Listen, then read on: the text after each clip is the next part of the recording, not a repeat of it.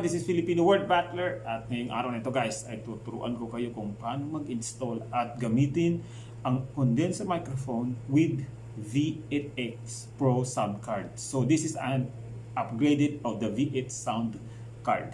So dito guys sa Saudi guys, binili ko ito online. At usually kahit sa Pilipinas guys, nabibili ito online.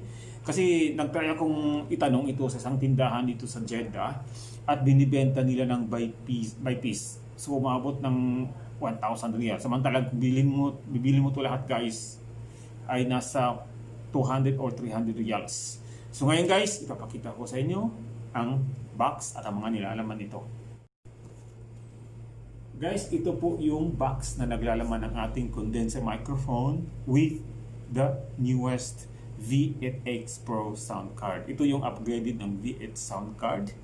At ngayon ay napakaswerte ko. Ito yung naibigay sa akin. So guys, ano po mga nilalaman ng box na ito guys? Ipapakita ko sa inyo now. So unang-una guys, ito po ang ating condenser microphone. Yan, kulay gold. Ang ganda ng kulay oh. At nandito po ang ating ito. Ang tawag dito ay FAP filter. Yan. Tapos mayroon din tayong reticulated arm. Ito yan. Yan. Yan guys. Diyan na-attach ang ating microphone at naabot niya hanggang sayo. Yan. At ito po ang ating shock mount. Dito po pinapasok natin ang microphone. At ito naman ang ating fixing clip. Yan. Naka-attach to sa lamesa guys. Yan. At of course, ang ating mahabang P2 cable or the XLR. Yan. At may provided din ang package na ganito. Pero sa ngayon, hindi ko pa ito magagamit. Yan. May dalawang binigay na audio jacks. Ito, dalawa na to. And we have the wire for the USB wire. Yan. So, sa mga hindi nakakalam guys, USB stands for Universal Serial Bus. So now, gagamitin natin ang mga bagay na ito kasama ang ating pinakabagong V8X Pro Soundcard. So ito po ang kanyang mga effects guys. Yan o. Laugh, clap, boom, gun. Yan. Mga oh no, thank you. May dalawa tayong kanta dito. Yan. At mamaya ipapakita ko sa inyo kung paano to gagamitin. So let's start installing guys the condenser microphone. Of course, condenser microphone guys was actually invented by AC1T. So, let's start. Guys, ang pinakauna nating ikabit ay ang tinatawag na fixing clip. So, dito po ilagay natin sa lamesa at yan. Ilagay natin yan. Ilak. Dapat nakalock to guys para malakas yung kapit niya. Yan. And after that, yung tinatawag nilang reticulated arm. Ito po. Yan. Yan. So, dito lang. Ilagay natin yan. Ayun. Tingnan nyo guys. Yan. So, ilagay ko yan dyan. Yan para makita nyo. Medyo taasan natin ito. Yan. So, okay na guys. Ilalagay ko naman ngayon ang ito. Shock mount. So madali lang siya guys. Ito, dulo nito. Dito, i-rotate mo lang. Yan, para pumasok. Ayun. Yan. Ayun. So ito pwede Then, Yan guys. So pagkatapos niyan, ang gagawin naman natin ay ang ating microphone. Condenser microphone. Yan. So ilagay natin. Ayun. At pagkatapos nyo na ilagay natin ang ating pop filter. Yan. So medyo taasan ko muna dito.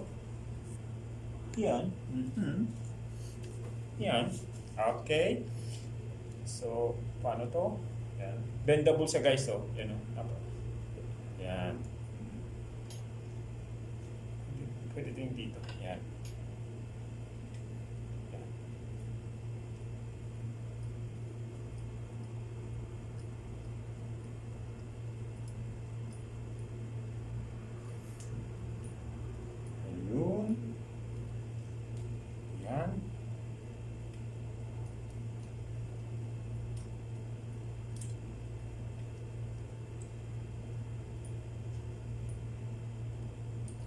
Ayun. Yan. At itong foam na to. Yan. Ilagay natin dyan.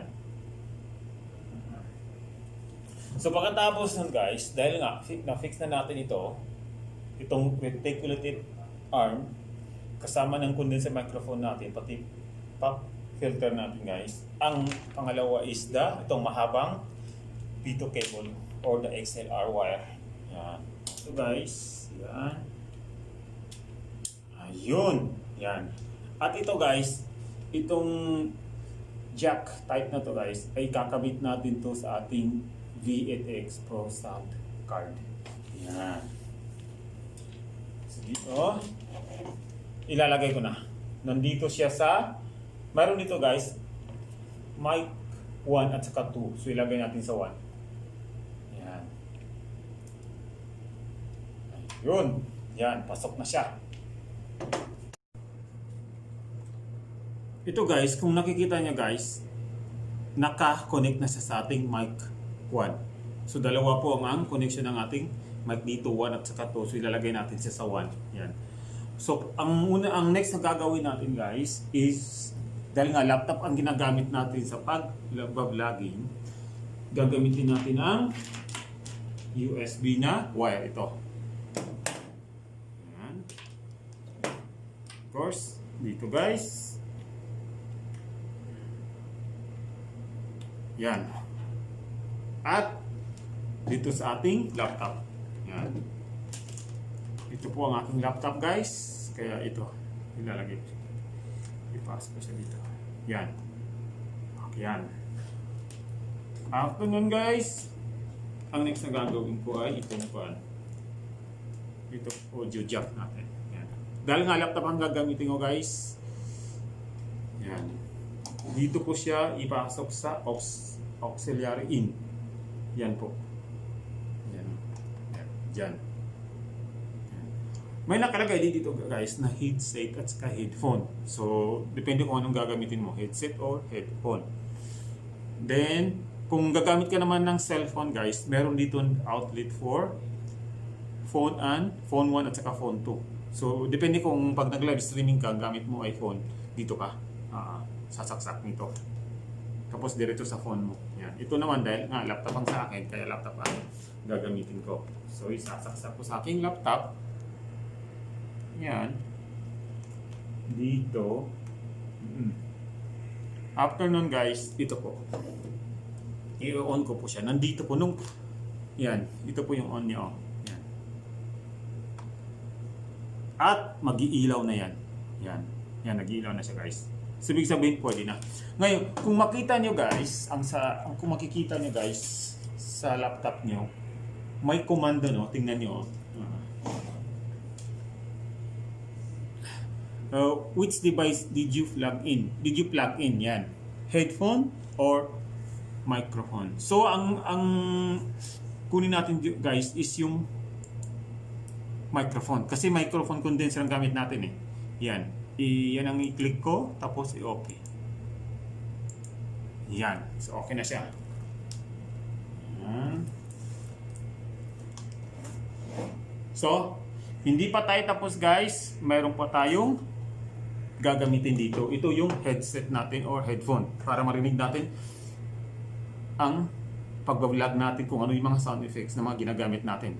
Yan. So, meron ako dito guys. Ang gamit ko dito is headset. Yan. Ano ba pagkakaiba ng headset sa headphone guys? Ang headset is meron talagang siyang attached na microphone. Ang mga headphone ay walang attached na microphone. Usually kung ang gamit mo is headphone, yun yung mga sa music, mga ganyan guys, mga lalaki. Pero kahit malaki yan, once na may attached na microphone, ang tawag doon is headset. Ito usually mga usually ginagamit ng mga call center agents natin. Yan. So ito guys, at papakita ko sa inyo mamaya kung successful ang pag-setup natin. Yan. Yan, sa headset ako po. Yan.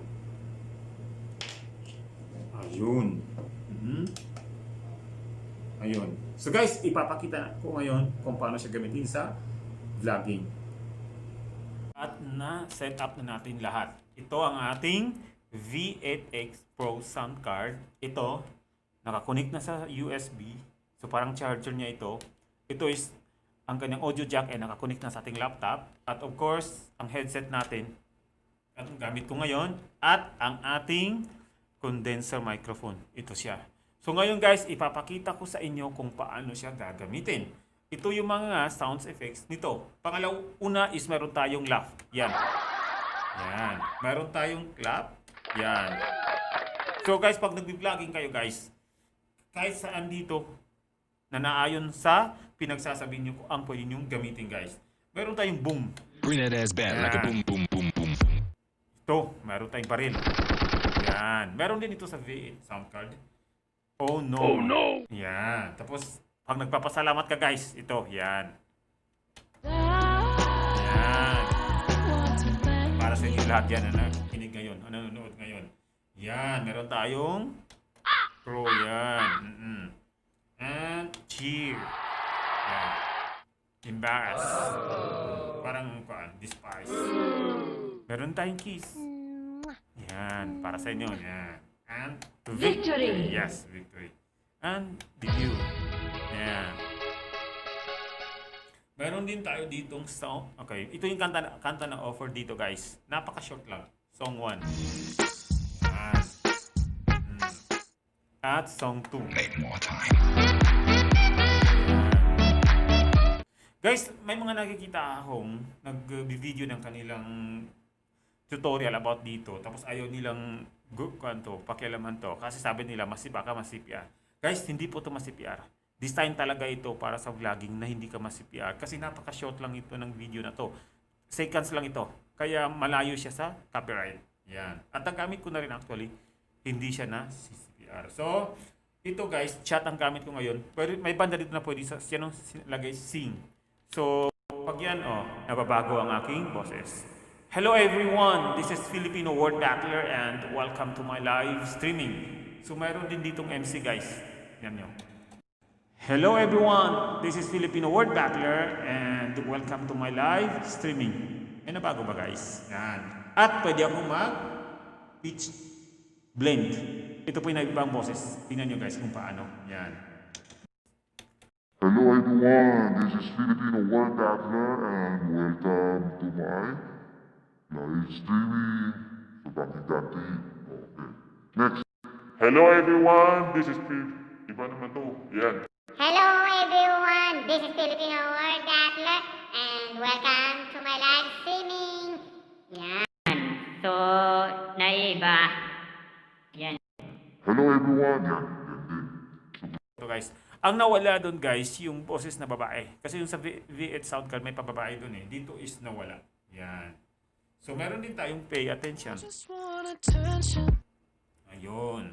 So ito guys, napakalaking tulong to sa ating vlogging. At napakadali lang gamitin.